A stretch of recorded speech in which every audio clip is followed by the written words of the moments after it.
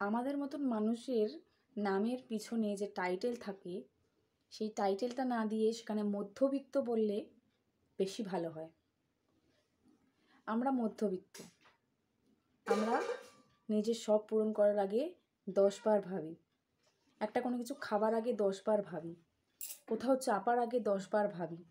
আর যদি ধরো অটো করে কোথাও যাচ্ছি, সে রাস্তাটা যদি 10 মিনিটের রাস্তা হয়, আমরা ভাবি 10 মিনিট হেঁটে গেলে আমার সেই 10 টাকাটা বেঁচে যাবে।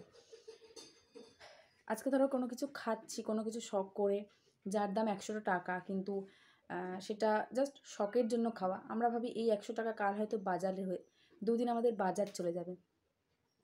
কোথাও ঘুরতে যাওয়ার আগে আমরা 10 বার ভাবি কী কী বাজেট হবে, কী কী খরচ করতে হবে। তারপরেও যখন টাকা কম পড়ে যায়, আমরা সেই জায়গাটা থেকে ঘোরা বন্ধ করে চলে আসি।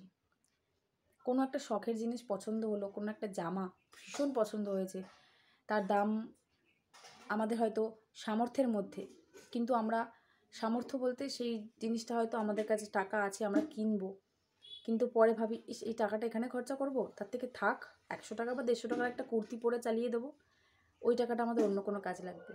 আর যদি তারা মা বাবা হয় তাহলে তো কোনো প্রশ্নই ওঠে না, শখ আহ্লাদ সব ভুলে যায় সন্তানের জন্য, সন্তানের ভালো থাকার জন্য।